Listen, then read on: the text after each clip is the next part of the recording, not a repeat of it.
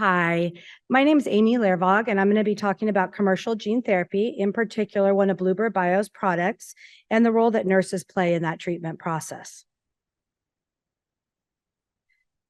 The information and views presented will be based on the experience our team at UCSF Benioff Children's Hospital had and do not represent Bluebird Bio. I have no professional affiliation with Bluebird Bio and will not be discussing any off-label uses for this product. As Dr. Cohen mentioned, it is really exciting and hopeful time for individuals with hemoglobinopathies. The FDA has approved gene therapy products for individuals with thalassemia and sickle cell anemia. Bluebird Bio has Zynteglo for thalassemia and Lyfgenia for sickle cell anemia, and Vertex has Casgevy, which treats both sickle cell anemia and thalassemia. But what I'm going to discuss today is one of Bluebird Bio's products, Zynteglo, and the experience that we had with our patients at Children's Hospital Oakland. So this is a one-time gene therapy product for individuals with beta thalassemia with an end goal to reduce or stop the need for chronic red blood cell transfusions. We had a lot of questions. Is this product a drug? And so in the common sense, no, it's not a drug. But according to FDA definition, it is a drug product. And as clinicians, it's important to remember that this product is comprised of the patient's own genetically modified hematopoietic stem cells, and we handle it like we do an autologous transplant. Patients will undergo apheresis or stem cell collection. Those cells will be sent for manufacturing, where they're going to have a gene transduction done. Then the drug product will be tested, qualified, and stored there until all the release criteria are met. The goal is that this will be accomplished within 70 to 90 days. We've seen products come before the 70-day mark, and we've seen products come after the 90-day mark. And once it's ready to be shipped back, they will communicate with the qualified treatment center, transfer the product back to the stem cell lab, and then at that time, it will be infused into the patient. When we were onboarding Zynteglo at our hospital, it was a really challenging process for some of the non-clinical members of our team. So we needed to work with the pharmacy and with revenue cycles. And a lot of people didn't really understand the whole process. So we created this patient journey overview as a way to really help the non-clinical members of the team. So I included this just for your reference. I'm not going to spend a lot of time talking about it. But there are really a lot of behind-the-scenes steps that take place when you're trying to get a patient ready to come for gene therapy. So the first thing, it's very critical to ensure that your patient's insurance will actually authorize the treatment at your center.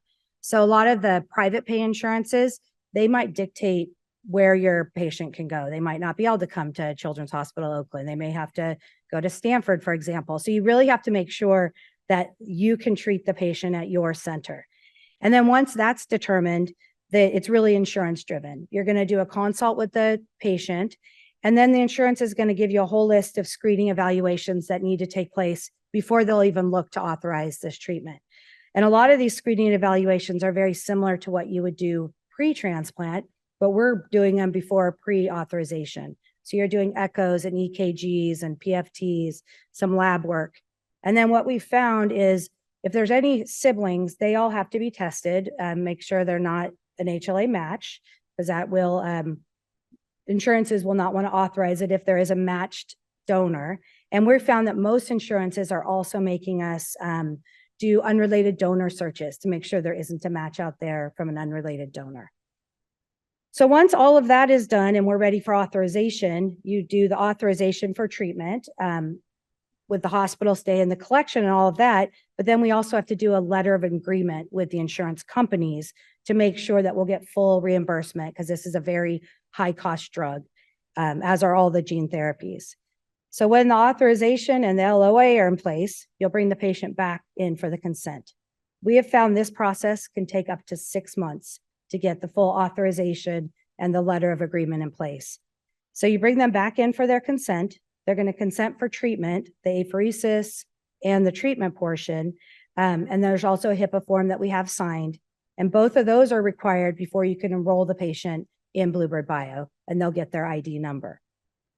The ID number is required before the pharmacy can order the product. So it's called the PO. So they order the product, which is saying, yes, we want to move forward with treatment We're going to agree to pay the high cost for the drug product. And then once that's reviewed, Bluebird will then offer collection dates. And that's about when you're going to start the whole process. So I have this made up patient, Molly, and I'm going to show how everything I just said relates to this patient. So Molly's a 7-year-old female with beta thalassemia major who's transfusion dependent. Little is known about her biological family. Molly receives red blood cell transfusions every 3 to 4 weeks to keep her hemoglobin between 9 and 10 and tolerates them without any clinical issues.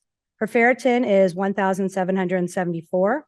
Her routine abdominal and cardiac T2 MRI is done every 6 months. Her chelation includes Jadanu and Feraprox. She is followed by endocrinology for her short stature and receives growth hormone. Molly lives out of state, but it's followed at your institution for her comprehensive thalassemia care. And the family's very interested in learning about the FDA-approved commercial gene therapy and is requested to meet with a transplant team for a formal consultation. Molly has private insurance that is in network with your institution. So we're going to fast forward. The authorization's in place, the LOA, the apheresis dates are selected, and now you're ready to start planning. And that's my role. I'm one of the nurse coordinators that will plan all of this. So I'm going to look at this case study, and I've highlighted a couple points. First of them being her red blood cell transfusion. And this is very typical for a patient with thalassemia. They can receive their transfusions every 3 to 4 weeks to keep a hemoglobin between 9 and 10. But when you're getting ready for collection, you really want to hypertransfuse them and have the hemoglobin closer to 11. Another important point to remember is we always want to know the iron content in our patients. So it's important that they're getting these routine T2 MRIs because you don't want to get all the way down the process and you're ready to infuse the product and you just then realize that the iron content is not where it needs to be. So that's really important to make sure those aspects are done. So now we're preparing for the apheresis. Depending on what screening exams were done up front, you may have to do a few more because we do really want to make sure before we collect this patient that they're going to be okay and clinically able to handle the infusion of the product. So you would complete all the screening evaluations. We do a bone marrow, our bone marrow evaluations at this time when we bring them back for apheresis because we put in a temporary line for collection, being that we do that for all of our pediatric and young adult patients.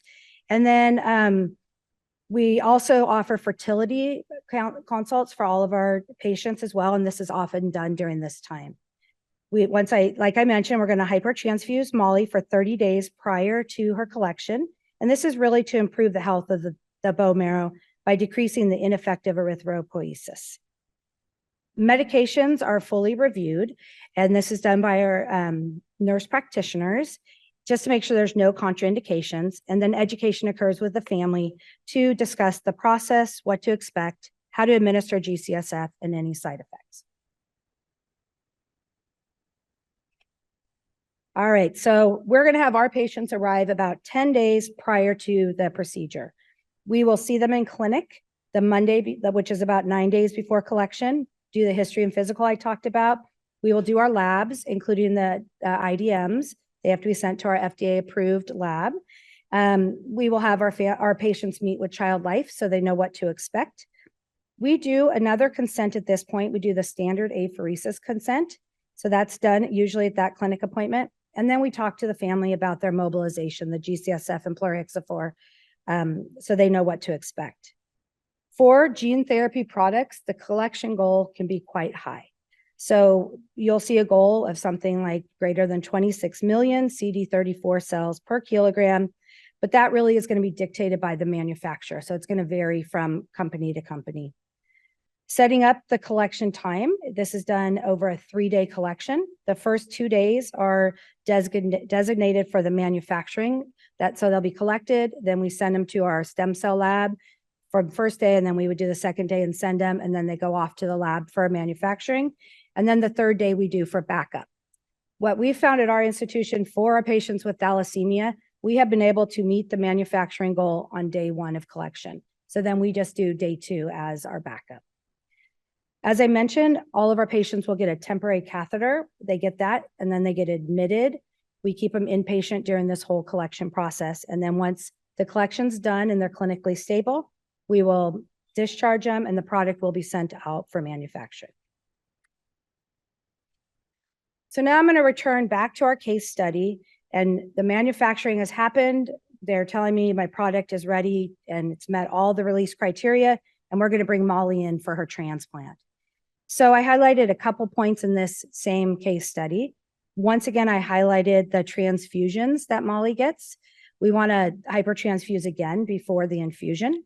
And then I highlighted her chelation of the Janel and Theraprox. It's really important that the chelations are washed out prior to administering the busulfan. So it depends on the chelator, the agent. So Janel has a 25-day washout and Theraprox has a 7-day washout. And growth hormones also do need to be stopped. So we usually stop those at least 1 month before we bring them in for transplant. So we have our patient back and we're going to do our screening exam. We use pretty much the same one we do for any of our transplants. If the patient lives out of state like Molly does, I can start this screening a little bit early back with her local hematologist. I can have the evaluations like the echo, EKG, PFTs, some of the labs, all of that can be done, and their local hematologist can send us the results.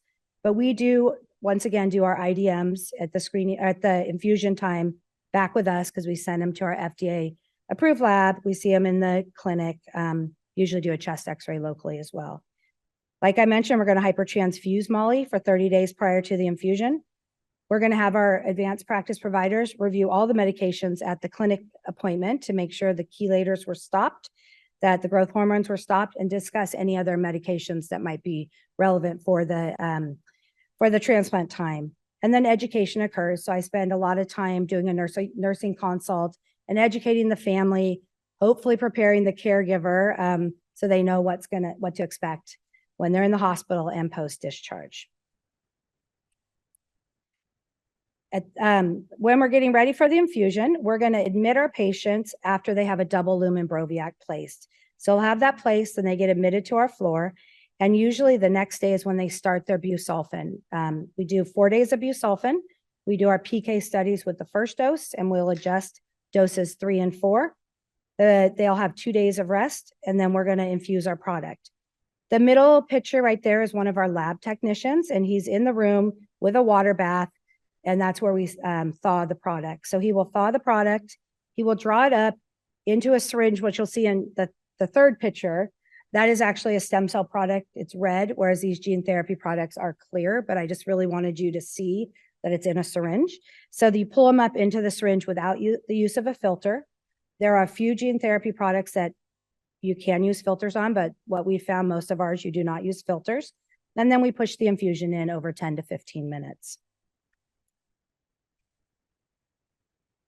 After the infusion, we keep them inpatient, and we hope that this is a really uneventful time. We wait for them to engraft, so they are going to receive blood and platelets. We find that the platelets have been the last to engraft with our gene therapy patients. We want to make sure they're infection-free before they get discharged. They're able to take all of their oral medications. If they can't, we can put an NG tube in and teach the family how to administer them that way. And they have to be able to take proper nutrition. Once they're discharged, we keep them local within 30 minutes of our hospital for the first 100 days. We'll see them in our outpatient clinic, do labs, we can give transfusions there. And then when we send them back to their local hematologist, the local hematologist will be the one who will restart the chelation. It's usually about 6 months after the infusion, and the endocrinologist will restart the growth hormones. I've met with a lot of patients for consultations for gene therapy, and it's just really amazing to see how excited they are for this, because a lot of them don't have matched siblings. They don't have any option for a cure. So this is just very exciting and hopeful for all of them. And some of the quotes that they have said to me is like, this is really providing me hope. This is a dream of freedom. I can travel without worry. I don't have to travel and I have to come back for my blood transfusions. It's just wonderful. It's a cure. It's amazing. So these advances in medicine have been just life-changing for individuals with the hemoglobinopathies. I'm going to end my talk with a short video of our first patient that we treated at Children's Hospital Oakland. And I don't see the click to play it. And she was treated with Zynteglo, and she is home, back in her home state, doing great. And we're going to get the video going. What an amazing journey these two children have taken. Cared for in an orphanage, and then given the opportunity for adoption, and then access to this life-saving therapy at UCSF, Bancroft Children's Hospital, Oakland. That's not a common story. So your munching is quite loud. We just are a regular family. We have 4 children. Ada is the youngest. She's 9. She was a surprise, the best surprise. So how exactly did you get to meet me? Well, our adoption agency called. There was a little girl who needed a family, and she also had beta thalassemia, just like our daughter Lily. She told us all about you, and she sent us your picture, and we were like, oh my goodness, she is so adorable. And it was like the perfect last piece to our puzzle. Mm-hmm. Beta thalassemia major is a rare disease, but I like to characterize it as one of the least rare of the rare disorders. It's inherited from parents who carry the trait condition. What it does is cause a defect in the production of hemoglobin. Without hemoglobin, there is no life. A person with transfusion-dependent thalassemia receives transfusions every 3 to 4 weeks to keep the hemoglobin at a level that is both safe and reduces the stress on the body caused by anemia. It can be intense at times. Even though thalassemia is very manageable, there's a lot of risks. The gold standard for a cure of thalassemia is to perform a bone marrow transplant. But unfortunately, most children with thalassemia don't have a brother, sister, who are a match. Gene therapy is a way to use one's own stem cells as the donor. The advantage is that you will not reject your own cells. We decided that we wanted to learn more about gene therapy, and so became an active leader in the clinical trials leading to FDA approval. We had kind of seen the trial moving forward, and we did try to get in, but it was full, which was okay. 2 of our really dear friends were accepted into the trial, and we got to watch them be healed. And when the girls came home, that really wasn't even on our radar. We didn't think that that would be a possibility. We were delighted by the results. 90% of the time, the treatment was a success in that we were able to stop transfusions permanently and having hemoglobin at near healthy levels. It begins with harvesting some of the blood stem cells in the body. We ship those cells to a manufacturing facility where they carry out the gene therapy reaction. Those cells, which are then frozen, are shipped back to us in Oakland, where we thaw them at the bedside and give them just like a blood transfusion. Once it dives into one of the chromosomes of that cell, it begins to make healthy globin that becomes hemoglobin. So the purpose of the gene therapy is to introduce a healthy copy of the globin gene in a blood stem cell that's the mother or seed cell that gives rise to all of the blood in our circulation, and remake the blood system so that instead of not making hemoglobin, now it makes gobs of hemoglobin, and you can stop the transfusions. We're just really hopeful that the outcome allows Ada and her sister to be transfusion independent for the rest of their lives. Yeah, what's Lily like? She's calm, and the rest of us are pretty crazy.